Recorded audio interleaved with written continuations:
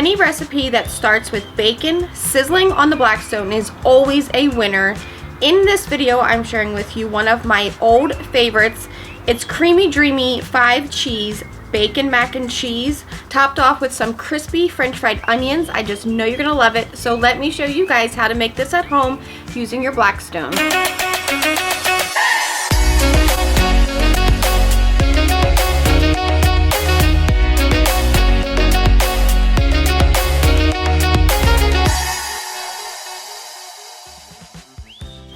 This bacon mac and cheese is an old favorite. I used to make and sell trays of this to local friends and families. I've got my 22-inch Adventure Ready in that beautiful Outback tan color. I'm gonna drop down a big overflowing cup of diced up bacon and allow that to slowly cook and begin to render out some fat. You can use as much bacon as you want for this recipe. Sometimes I use a whole pack to mix through all of the mac and cheese, and sometimes less just to top this off with. It's up to you how you like your mac and cheese.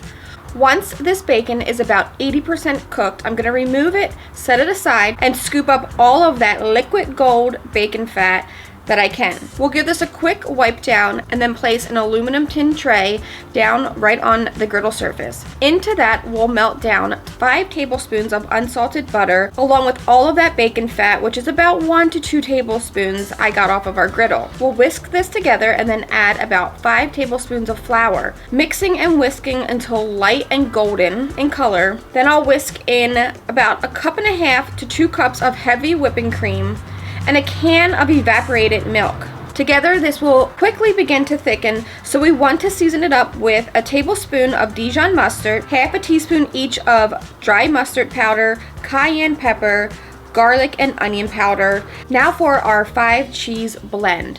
First up is 4 ounces of mascarpone cheese. You could substitute this for cream cheese, but try to find the mascarpone. The flavor is so delicious. And then I've hand shredded. Stay away from that pre-shredded bagged cheese here. I have Swiss cheese, sharp cheddar cheese, and Gouda cheese. I'll block each of this, or 8 ounces, and 8 ounces of deli sliced Cooper Sharp American cheese that I just cubed up into smaller pieces for even quick melting. We'll slowly add in our mascarpone cheese and most of our shredded cheese, reserving some just enough to top off your tray with. As we continue to mix, it will thicken up very quickly, so I'll season up with some salt and pepper. I've got about a teaspoon of each and some dried parsley flakes. Now that this is ready, I've boiled 2 al dente 1 pound of cavatappi macaroni. You can use any shape that you like. I'll add that to a new clean tray and then pour over our cheese sauce to mix and coat